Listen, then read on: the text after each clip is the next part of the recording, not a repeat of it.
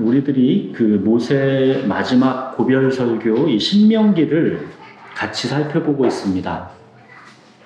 모세가 자기는 가나안에 못 들어가고 이제 하나님께 돌아가야 하는 이 마지막 순간에 이 백성들에게 간절하게 남기고 싶었던 마지막 당부, 모세에게 남기신 하나님의 마지막 말씀들, 이것이 신명기입니다. 우리는 율법의 심장, 이 쉐마에 대해서 같이 살펴보았죠.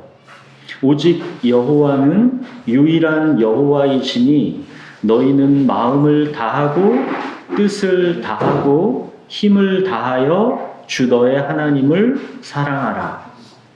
그리고 지난주에는 사람은 떡으로만 사는 것이 아니라 하나님의 말씀으로 산다라는 것을 같이 살펴보았습니다. 떡은 목숨을 살게 할 수는 있으나 진정한 이 생명이 살게 하는 것에는 떡은 무익합니다. 진정한 생명이 살게 하는 것은 하나님의 말씀입니다. 하나님의 말씀은 결국 예수 그리스도를 가리키고 있고 예수 그리스도 그 생명의 떡을 우리들이 먹어야 우리의 생명이 살 수 있습니다. 우리는 단지 흙으로 지어진 게 아니라 하나님의 영이 불어넣어진 생명으로 창조되었기 때문에 말씀을 먹어야 생명이 살 수 있습니다. 이번 주에는 하나님의 백성의 품격에 대해서 같이 살펴보려고 합니다. 우리들이 지난 2주에 걸쳐 하나님을 사랑하는 것을 살펴보았다면 이번 주는 하나님을 그렇게 사랑하는 하나님의 백성은 더불어 사는 형제와 이웃에게 어떤 품격을 지녀야 하는가, 이에 대한 하나님의 율법을 같이 살펴보겠습니다. 본문을 같이 읽겠습니다. 신명기 22장 1절부터 4절을 같이 읽겠습니다.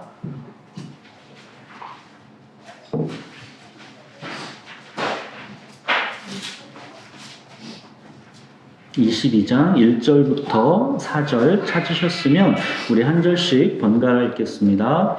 내 형제의 소나 양이 길 잃은 것을 보거든 못 본 채 하지 말고 너는 반드시 그것들을 끌어다가 내 형제에게 돌릴 것이요.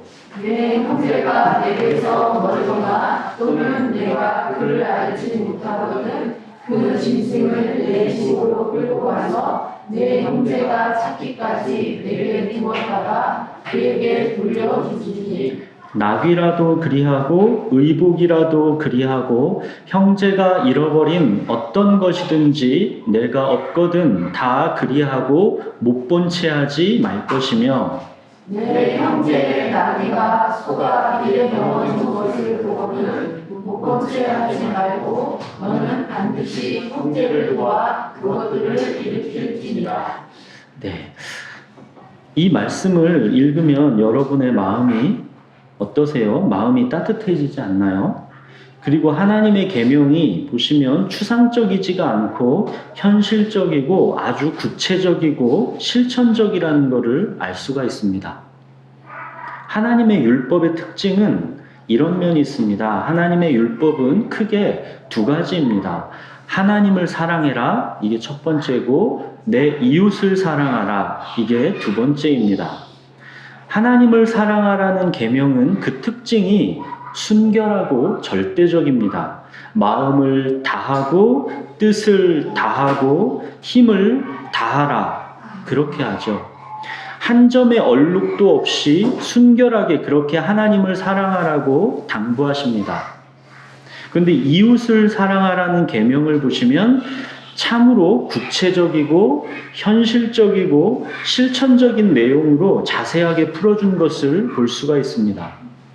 이웃을 사랑하라는 여러 율법 조항들이 있는데 우리가 읽은 오늘 본문만 가만히 보시더라도 어떻습니까?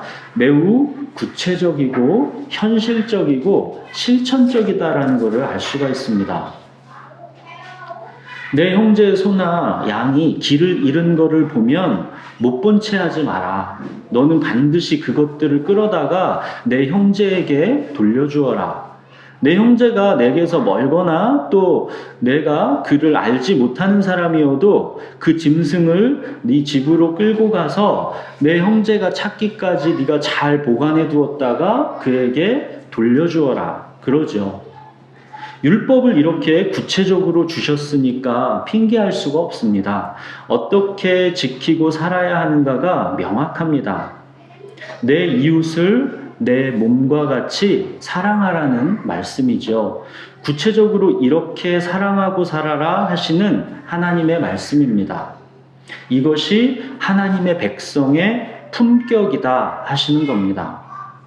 이 말씀이 가리키고 있는 것은 한마디로 뭐라 할 수 있겠습니까? 개인주의는 하나님의 백성의 품격에 맞지 않다. 그 말씀입니다.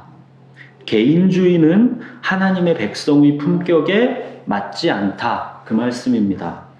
죄는 남에게 피해만 안 주면 되는 것, 그게 아니라는 것이죠. 세상의 법은 그렇죠. 오늘 읽은 이 율법을 어긴다 해서 세상의 법률에 의해 처벌이 되겠습니까? 처벌되지 않습니다. 내가 남에게 피해를 준 게 아니니까 법률에 의해 처벌되지 않습니다. 그러나 하나님의 백성에게는 하나님의 율법을 어긴 게 된 것입니다. 그래서 죄입니다. 하나님의 백성은 더 높은 수준의 법에 의해 살아가는 것입니다. 이것이 하나님 백성의 품격입니다. 개인주의는 하나님 백성의 품격에 맞지가 않습니다. 나만 잘 살면 되고, 나만 안전하면 되고, 나만 배부르면 되면 그만인 그런 개인주의는 하나님 백성의 품격에 전혀 맞지를 않습니다. 세상에서 죄라 욕하지는 않을 수 있지만 하나님의 백성의 품격으로는 전혀 합당하지가 않습니다. 하나님 백성이라면 최소한 이 정도는 하고 살아야 한다. 그 말씀입니다. 하나님의 율법은 최소한 이 정도는 하고 살아라 하는 그 최소의 바닥점, 그거를 알려주는 것입니다. 형제를 위하여 목숨을 버리는 것이 마땅하다 하신 것이 예수님의 말씀이죠. 이것이 하나님의 율법의 정신입니다. 그러나 구약의 율법을 보시면 최소한의 어떤 지점, 그거를 알려주는 것이죠. 목숨을 버리라고까지 하지는 않잖아요. 단지 하나님의 백성이라면 최소한 이 정도쯤은 너희가 하고 살아야 한다. 이거를 율법으로 정해주신 것입니다.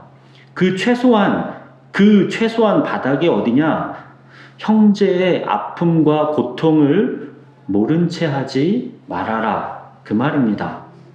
수고스럽더라도 네가 보거든 못 본 채 하지 말고 마땅히 너의 할 도리를 하라. 그 말씀입니다.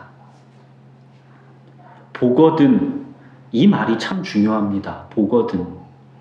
소나 양이 길을 잃고 넘어진 것을 안 봤으면 좋으련만 하필이면 나에게 그게 보였습니다. 그러면 그것을 본 그 사람의 책임이 그때부터 시작된다는 뜻입니다. 그것을 못 본 사람은 그 책임이 없습니다. 그것을 본 그 사람에게 그 책임이 있습니다. 그것을 본 그 사람은 그럼 억울한 건가요? 재수가 없는 건가요? 괜한 걸 보게 돼서 귀찮은 일을 떠맡게 된 것인가요? 어찌 보면 그렇다 할 수도 있겠죠. 그러나 하나님의 백성입니다. 하나님이 통치하십니다. 하나님의 주권과 섭리 가운데 모든 일이 하나님의 백성에게 발생합니다.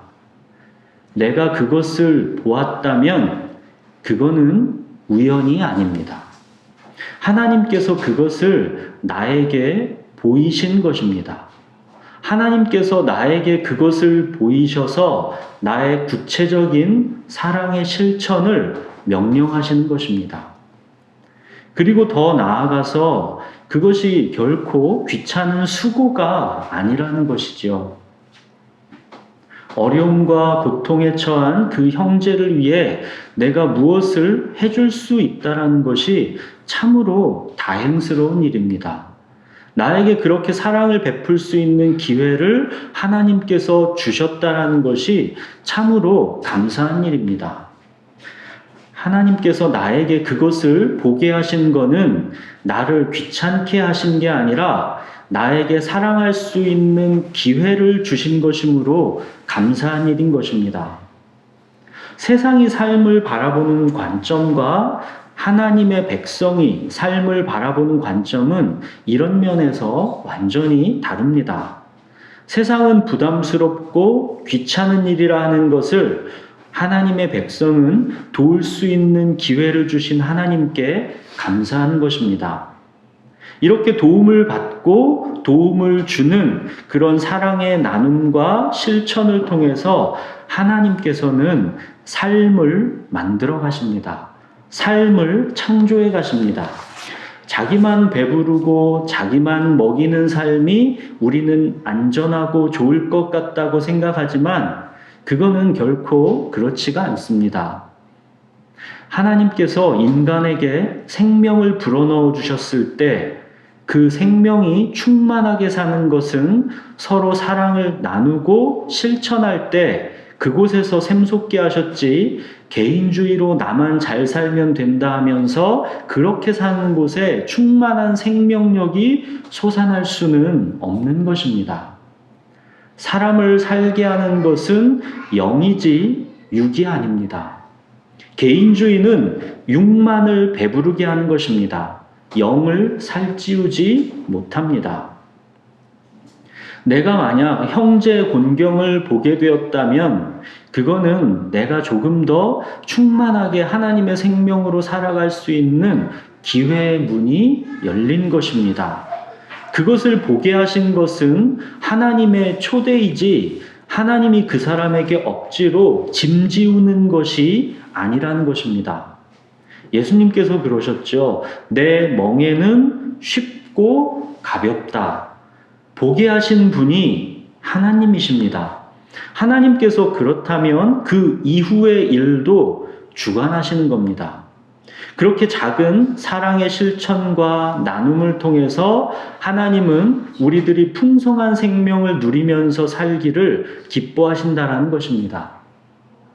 소와 양을 잃어서 마음이 괴로웠던 그 사람이 내가 그 잃은 소와 양을 돌보아주고 있다가 찾게 해줬을 때 얼마나 기쁘고 감사하겠습니까? 나는 또 얼마나 그 사람의 기쁨을 보면서 함께 기뻐하겠습니까? 하나님은 우리들이 이렇게 살기를 원하시는 것입니다. 하나님의 율법은 우리를 억압하려는 게 아니라 이렇게 우리들이 가장 행복하게 살 수 있는 길을 제시해 준 것입니다. 우리가 오늘 읽은 이 율법을 제대로 지킨 사람을 예수님께서 소개시켜 주신 적이 있죠. 누구입니까? 선한 사마리아인입니다. 강도 만난 이웃을 만났을 때 어떤 제사장은 보고 피하여 지나갔습니다. 못 본 채 했습니다. 또 한 레위인도 그를 보고 피하여 지나갔습니다. 못 본 채 했습니다. 율법을 가장 사랑하고 잘 지켰어야 하는 제사장과 레위인이 하나님의 율법을 무시했습니다. 그런데 그들은 율법을 스스로 잘 지킨다고 생각하고 있었습니다. 자기들이 못 본 채 하는 것을 합리화하기 위해서 이들은 어떤 방법을 씁니까? 내 이웃이 누구니까? 이런 쓸데없는 질문들을 만들어냅니다. 하나님의 율법은 그냥 단순하게 실천하고 지키면 되는 것인데 그것을 지키기 싫으니까 모호하고 애매한 질문들을 만들어내면서 불순종을 합리화하는 것입니다. 그런데 이들이 경멸하는 어떤 사마리아인은 이렇게 하나님의 율법을 조용히 실천하고 있습니다. 강도 만난 이웃을 못 본 채 하지 않고 그를 보고 불쌍히 여겼습니다. 가까이 가서 기름과 포도주를 그 상처에 붓고 싸매고 자기 짐승에 태워 주막으로 데리고 가서 돌보아 주었습니다. 그리고 그 다음날 자기 길을 떠나야 하기 때문에 주막 주인에게 돈을 주면서 이 사람을 돌보아 주라고 부탁합니다. 그리고 비용이 더 들면 내가 돌아올 때 갚을 것이다 그럽니다. 오늘 우리가 읽은 율법을 그대로 실천하고 있는 장면이죠. 길 잃은 나귀와 양도 하나님께서 그렇게 잘 돌보았다가 그 주인에게 돌려주라고 했는데 강도 만난 사람이면 얼마나 우리들이 더 잘 돌보아 주어야 하겠는가 하시는 게 예수님의 말씀인 것이죠. 사랑하는 여러분, 우리의 이웃이 어려움에 처한 것을 보게 되거든 못 본 채 하지 말고 적극적으로 도와서 일으켜 주시는 여러분이 되시기 바랍니다. 하나님께서 우리에게 보게 하신 것, 그를 보게 하신 것, 그건 그냥 우연이 아닙니다. 우리의 할 일이 있기 때문에 보게 하신 것입니다. 하나님은 우리가 하나님의 백성으로서의 품격을 잃지 않고 살아가기를 원하십니다. 그래서 율법으로 정하신 것입니다. 이웃과 더불어 사는 것과 관련해서 하나님께서 주신 율법을 조금 더 찾아보겠습니다. 신명기 이어서 보겠습니다. 우리 23장 24절 25절을 한번 보겠습니다. 제가 한번 읽어보겠습니다. 내 이웃의 포도원에 들어갈 때에는 마음대로 그 포도를 배불리 먹어도 되느니라. 그러나 그릇에 담지는 말 것이요. 내 이웃의 곡식밭에 들어갈 때에는 내가 손으로 그 이삭을 따도 되느니라. 그러나 내 이웃의 곡식밭에 낫을 대지는 말지니라. 또 한 군데를 보겠습니다. 24장 19절에서 21절을 보겠습니다. 제가 읽겠습니다. 내가 밭에서 곡식을 벨 때에 그 한 뭇을 밭에 잊어버렸거든 다시 가서 가져오지 말고 나그네와 고아와 과부를 위하여 남겨두라. 그리하면 내 하나님 여호와께서 내 손으로 하는 모든 일에 복을 내리시리라. 내가 내 감람나무를 떤 후에 그 가지를 다시 살피지 말고 그 남은 것은 객과 고아와 과부를 위하여 남겨두며 내가 내 포도원의 포도를 딴 후에 그 남은 것을 다시 따지 말고 객과 고아와 과부를 위하여 남겨두라.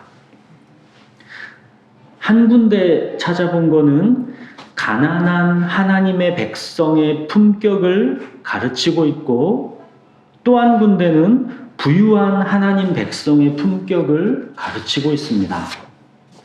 하나님의 백성이 이 땅의 삶을 살아가면서 가난할 수도 있고 부유할 수도 있습니다. 가난하든 부유하든 각자의 처해진 위치에서 하나님의 백성의 품격을 잃지 말라는 것입니다. 먼저 가난한 하나님의 백성의 품격을 봅시다. 배가 고프면 이웃의 포도원에 들어가서 배불리 먹어도 된다고 하십니다. 또 이웃의 곡식밭에 들어가서 그 이삭을 따서 먹어도 된다고 하십니다. 하나님 백성의 특권입니다. 가난해도 최소한의 먹고 살 것은 얻을 수 있는 권리가 하나님의 백성에게는 있다는 것입니다. 이것은 하나님 백성에게 주어진 특권입니다. 세상 가운데서 이렇게 하면 어떻게 됩니까? 도둑으로 몰리겠죠. 하나님은 당신의 백성이 가난해도 최소한의 먹고 살 권리는 있다라는 것입니다. 하나님의 백성이기 때문에 그렇습니다. 하나님의 백성으로서의 품격을 잃지 않도록 최소한의 먹고 살 권리를 하나님께서 주시는 것입니다. 그러나 그 권리가 도를 넘으면 안 된다고 하십니다. 그릇에 담지는 말라는 것입니다. 낫을 대지는 말라는 것입니다. 이것은 도둑질입니다. 그거는 부유한 자의 삶을 인정하지 않는 악한 일입니다. 가난해도 하나님 백성으로서의 품격을 잃지 말라는 것입니다. 그 포도원은, 그 밭은 이웃의 소유입니다. 그 소유를 인정하라는 것입니다. 그의 것을 자기가 가난하다는 이유로 강탈할 권리가 없다는 것입니다. 사람은 떡으로만 살지 않는다는 것입니다. 떡을 이유로 사회 질서를 파괴하지 말라는 것입니다. 가난해도 하나님 백성으로서의 품격을 잃지 말라는 것입니다. 하나님은 참으로 현실적인 대안을 율법으로 제시해 주시는 것입니다. 그리고 이어서 부유한 하나님의 백성의 품격을 봅시다. 추수할 때 나그네와 고아와 과부를 위해서 남겨두라는 것입니다. 적당히 털어오고 가난한 자들이 먹을 수 있도록 좀 남겨두라는 뜻입니다. 악착같이 꼼꼼하게 탈탈 털어오지 말라는 것입니다. 좀 적당히 모른 척도 해주고 좀 가져오다가 흘리기도 하고 그러라는 것입니다. 그거 좀 흘렸다고 내가 엄청 손해보는 거 아니지 않느냐? 좀 적당히 흘리고 살아라, 그 말씀입니다. 그러면 하나님께서 너의 모든 일에 복을 내리신다라고 약속을 주시는 것입니다. 이것이 부유한 하나님 백성의 품격입니다. 가난하든 부유하든 하나님의 백성은 품격을 잃지 말고 살라는 것입니다. 더 나아가서 이건 무엇과 연결됩니까? 사람은 떡으로만 사는 게 아니라 하나님의 말씀으로 산다. 이것과 연결되는 것입니다. 떡이 전부가 아니다. 가난해도 부유해도 떡이 너희의 삶에 악착 같은 주제가 되게 하지 말라는 것입니다. 떡이 삶의 악착 같은 주제가 되지 않도록 하기 위해서 서로의 품격을 지켜주라는 것입니다. 가난한 자도 하나님 백성으로서의 품격을 지키고 부유한 자도 하나님 백성으로서의 품격을 지키라는 것입니다.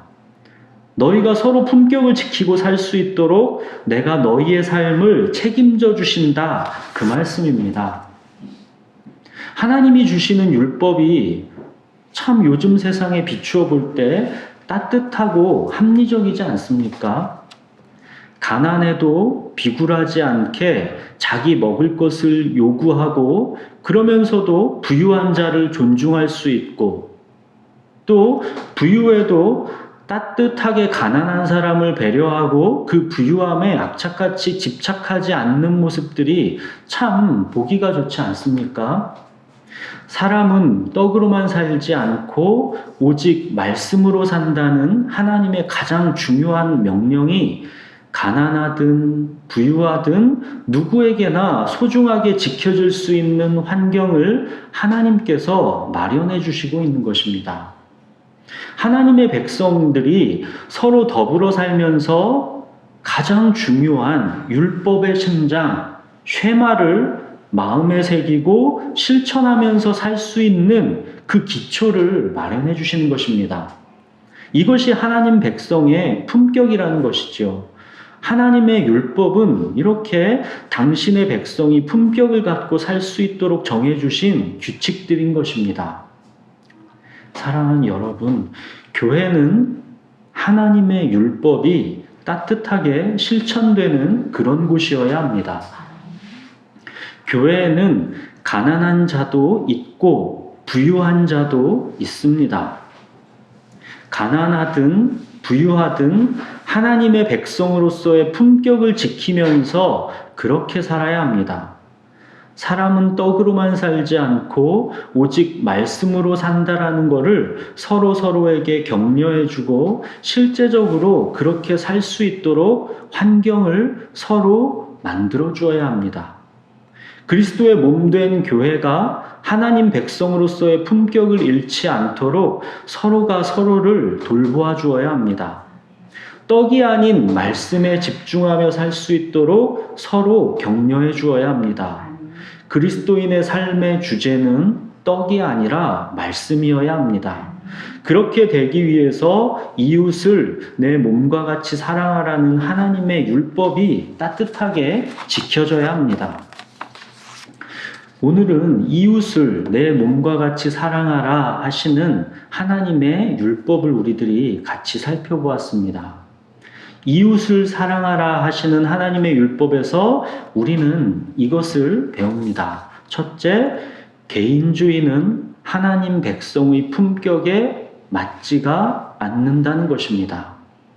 교회는 그리스도의 몸입니다. 한 몸입니다. 공동체입니다. 그리고 이웃과의 관계에 있어서도 항상 개인주의를 내세우는 세상과는 달리 공동체를 생각하는 공동체 정신이 하나님의 백성에게는 있어야 한다는 것입니다. 형제의 어려움을 못 본 채 하면 안 됩니다. 이웃의 어려움을 못 본 채 하면 안 됩니다. 그 어려움을 보게 하시는 분은 다름 아닌 하나님이심을 명심해야 합니다. 하나님께서 보게 하신 것입니다. 보게 하셨을 때는 본 그 사람에게 할 일이 있다는 것입니다. 그가 어려움에서 벗어날 수 있도록 도와주라는 것입니다. 개인주의는 하나님 백성의 품격에 맞지가 않습니다. 이 점을 꼭 기억하십시오. 둘째, 떡이 삶의 핵심 주제가 되게 하지 말라는 것입니다. 가난한 자도 부유한 자도 마찬가지입니다. 각자의 입장에서 하나님 백성으로서의 품격을 잃지 말라는 것입니다. 특히 교회 공동체 안에서는 절대 빈곤자가 없도록 서로 관심을 갖고 마음을 모아야 합니다. 하나님께서 하나님의 백성은 떡으로만 살지 않는다라고 하셨는데 만약 그 떡이 없어서 목숨 자체가 살아갈 수 없다면 그것은 말이 안 되는 것이지요. 기본적인 떡은 어떤 형태로든 보장되어야 하는 게 교회 공동체를 향하신 하나님의 뜻입니다. 그래서 교회 공동체는 교회 안에 기본적인 떡이 없어 생활이 불가능한 사람이 없도록 자기의 소유를 내어주어야 합니다.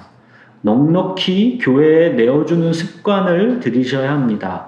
그래서 공동체 모두가 기본적인 떡을 먹고 사는 생활은 걱정이 없도록 서로 도와야 합니다. 이렇게 기본적인 조건을 갖추고 모두가 삶의 주제를 쉐마로 향해야 합니다. 하나님의 백성은 떡으로만 사는 게 아니라 오직 하나님의 말씀으로 산다라는 것을 서로 격려해 주면서 그렇게 하나님을 함께 누리면서 살아야 합니다. 이것이 하나님께서 이웃을 사랑하라 하시는 율법을 우리들이 지킬 때 이루어지는 일들입니다. 사랑하는 여러분, 저는 우리들이 특히나 요즘 세상에 부유하게 되는 것을 두려워해야 한다고 생각합니다. 부유해지는 것을 감당하기가 참으로 어렵습니다.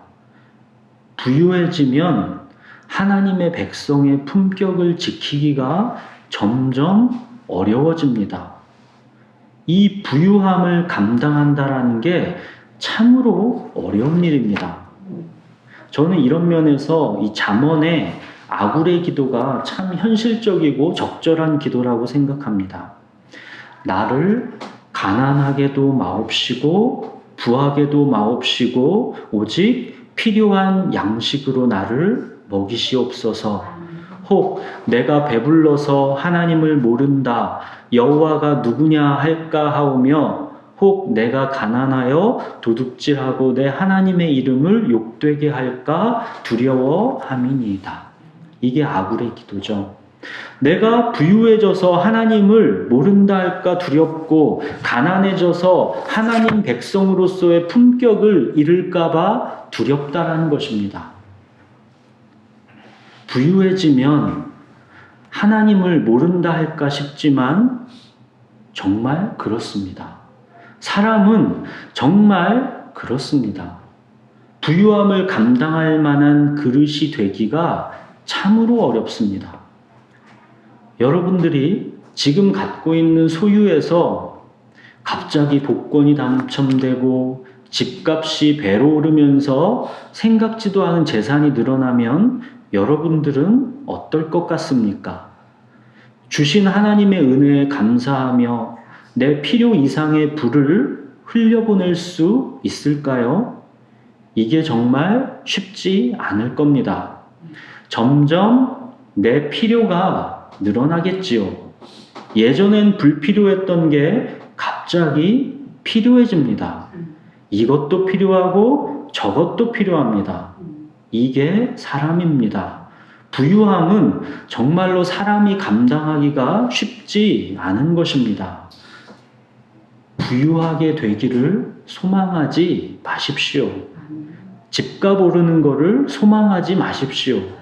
누구누구네 집값이 몇 억 올랐대, 이런 거에 귀를 솔깃해하지 마십시오. 그런 거 하나도 부러워하지 마십시오. 부유함을 감당하기가 어렵습니다. 10중 8구 복이 아니라 시험거리가 되기가 십상입니다. 사람은 떡으로만 사는 게 아니라 말씀으로 사는 것인데, 그 부유함은 이거를 점점 잊게 합니다. 저는 세상의 부유함은 그거를 감당할 수 있는 사람들에게 돌아갔으면 좋겠습니다. 그래서 부유한 자의 품격을 나타내 보일 수 있는 그런 사람들에게 그 부유함이 돌아갔으면 좋겠습니다. 우리 교회 가족들은 부유함을 소망하지 말았으면 좋겠습니다. 그런데 소망하지도 않은 부유함이 찾아오면 그때는 부유한 하나님의 백성으로서의 품격을 잃지 말았으면 좋겠습니다. 여기저기 좀 흘려주고 남겨주고 떨어뜨려주면서 많은 사람이 그 덕을 보게 해주었으면 좋겠습니다. 저는 우리 교회 가족들은 자기 역량을 넘어서 부하게 되는 사람도 없기를 바라고, 자기 역량을 넘어서 가난하게 되는 사람도 없기를 바랍니다. 하나님께서 우리 교회 가족들의 삶을 그렇게 지켜주셨으면 좋겠습니다.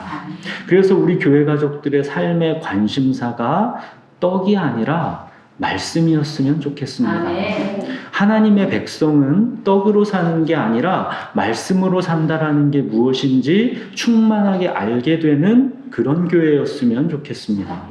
사랑하는 여러분, 하나님의 율법을 사랑하십시오. 이웃을 사랑하라 하시는 하나님의 율법은 우리를 억압하는 규율이 아니라 진정으로 서로 행복하게 살 수 있게 해주시는 구체적이고 실천적인 하나님의 명령입니다.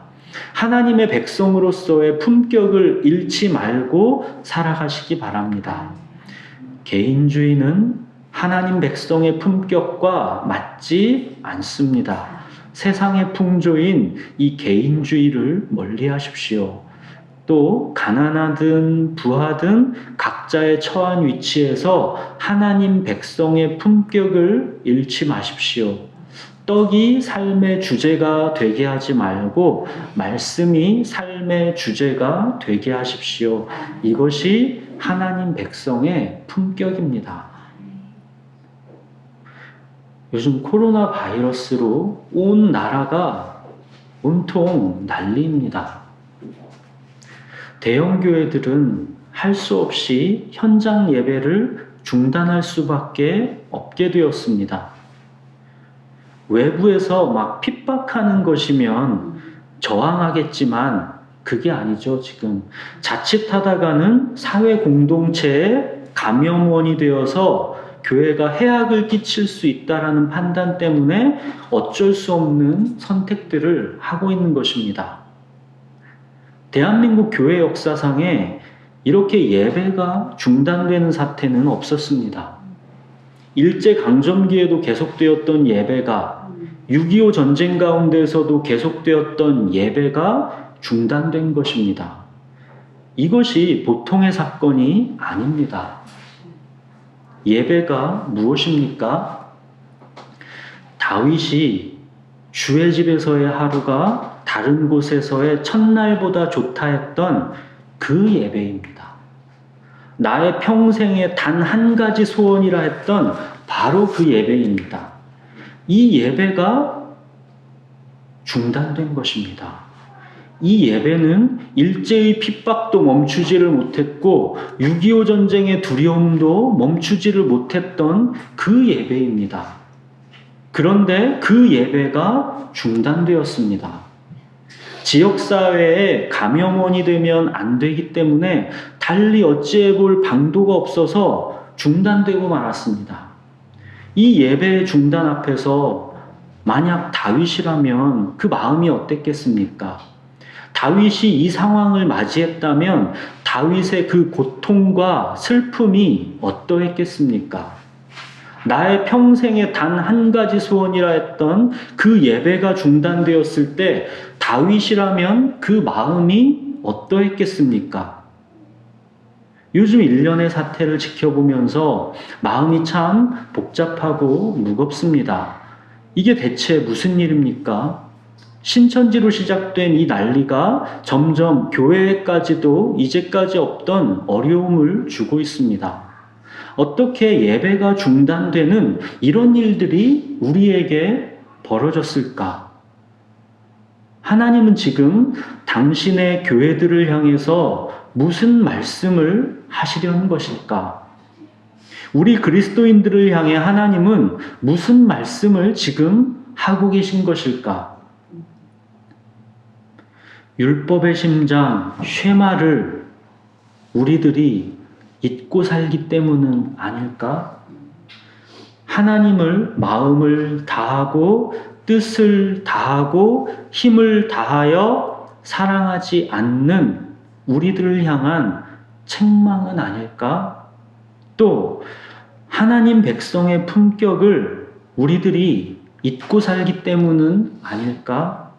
저마다 개인주의로 나만 안전하면 되고 내 가족만 행복하면 되는 그런 개인주의에 물들어 하나님 백성의 품격이 더 이상 보이지 않기 때문은 아닐까? 가난한 자도 부유한 자도 서로 똑같이 하나님 백성의 품격을 잃고 가난한 자는 부유한 자를 시기하고 질투하고 있고 부유한 자는 악착같이 더 자기의 필요만을 늘리면서 가난한 자를 위해 자기의 것을 조금도 내어놓지 않으려 하는 인색함, 이렇게 모두가 하나님 백성의 품격을 잃어버리고 살고 있기 때문은 아닐까? 그리스도인들이 하나님을 사랑하지 않고 이웃을 사랑하지 않고 오직 자기만 사랑하는 이 어처구니 없는 현실을 지금의 이 코로나 사태를 통해서 반성하고 돌아보라는 하나님의 책망은 아닐까? 사람이 떡으로만 사는 것이 아니라 오직 하나님의 말씀으로 산다 하셨는데 살리는 것은 영이고 육은 무익하다 하셨는데 하나님의 백성 그리스도인들이 오로지 떡만을 추구하고 악착같이 육체의 행복만을 추구하는 대한민국 기독교의 현실을 향한 하나님의 책망은 아닐까? 왠지 지금의 이 코로나 사태는 우리 그리스도인들에게 하나님께서 뭔가를 말씀하고 계신 게 아닐까 하는 그런 생각이 자꾸만 듭니다. 현대 기독교에서 그리스도인들에게 하나님은 인자하심만 있는 하나님입니다. 사랑과 용서만 있는 하나님입니다. 나의 행복을 위해 존재하는 하나님입니다. 그런데 하나님은 당신은 참으로 두려우신 하나님이기도 하다라는 것을 말씀해 주고 계신 거는 아닐까 하는 생각이 듭니다. 책망하고 꾸짖는 하나님이시기도 하다라는 것을 말씀하고 계신 거는 아닐까 하는 생각이 듭니다. 예배의 중단이라는 이 초유의 사태에 그리스도인들이 생각보다 너무 초연하고 담담한 모습들을 보면서 이 생각을 더욱 지울 수가 없습니다. 성경 앱에서 전염병 이렇게 검색해 보십시오. 전염병을 하나님께서 징계의 도구로 사용하시는 경우가 정말 많이 나옵니다. 역대하 7장 13절 14절에 보시면 혹 내가 하늘을 닫고 비를 내리지 아니하거나 혹 메뚜기들에게 토산을 먹게 하거나 혹 전염병이 내 백성 가운데 유행하게 할 때에 내 이름으로 일컫는 내 백성이 그들의 악한 길에서 떠나 스스로 낮추고 기도하여 내 얼굴을 찾으면 내가 하늘에서 듣고 그들의 죄를 사하고 그들의 땅을 고칠지라 그러셨습니다. 사랑하는 여러분, 이 엄중한 사태 속에서 하나님을 바라봅시다. 우리는 하나님의 백성입니다. 율법의 심장 쉐마를 마음에 새기고 하나님의 백성의 품격을 회복합시다. 하나님을 사랑하고 이웃을 사랑하라 하신 주님의 말씀으로 돌아갑시다. 우리의 생명은 예수 그리스도의 십자가 보혈로 인해 얻어진 것입니다. 그 복음에 합당한 삶, 하나님 백성으로서의 걸맞는 품격을 회복합시다. 지금은 회개의 때가 아닌가 싶습니다. 우리의 삶을 오직 한 분이신 하나님께로 돌이킬 때가 아닌가 싶습니다. 회개에 합당한 열매를 하나님께서 기다리고 계신 게 아닌가 싶습니다. 지금은 우리 그리스도인들 모두가 자기의 삶을 고치고 삶의 주인이신 하나님을 경외함으로 바라보고 하나님의 얼굴을 구하는 기도에 힘을 모을 때인 것 같습니다. 다른 어떤 그리스도인들을 우리가 말할 필요가 없이 바로 우리 교회가 그리고 내가 그렇게 해야 합니다. 회개로 나아가야 합니다. 예배 중단 사태 앞에서 우리 그리스도인들이 무엇보다 회복해야 하는 것은 바로 이 예배의 중심을 회복하는 것, 이것이 아닌가 싶습니다. 우리의 예배가 지금 중단된 것이 아니라 하나님께서 보시기에는 이미 벌써부터 중단되어 있던 것은 아닌가 돌아보아야 합니다. 하나님께서 이 코로나 사태를 진정시켜 주시고 이 땅을 고쳐달라고 우리들이 함께 기도를 해야 합니다. 그리고 이 땅의 그리스도인들이 하나님 백성의 품격을 회복하게 해달라고 우리가 쭉 같이 기도했으면 좋겠습니다. 우리 같이 기도하겠습니다.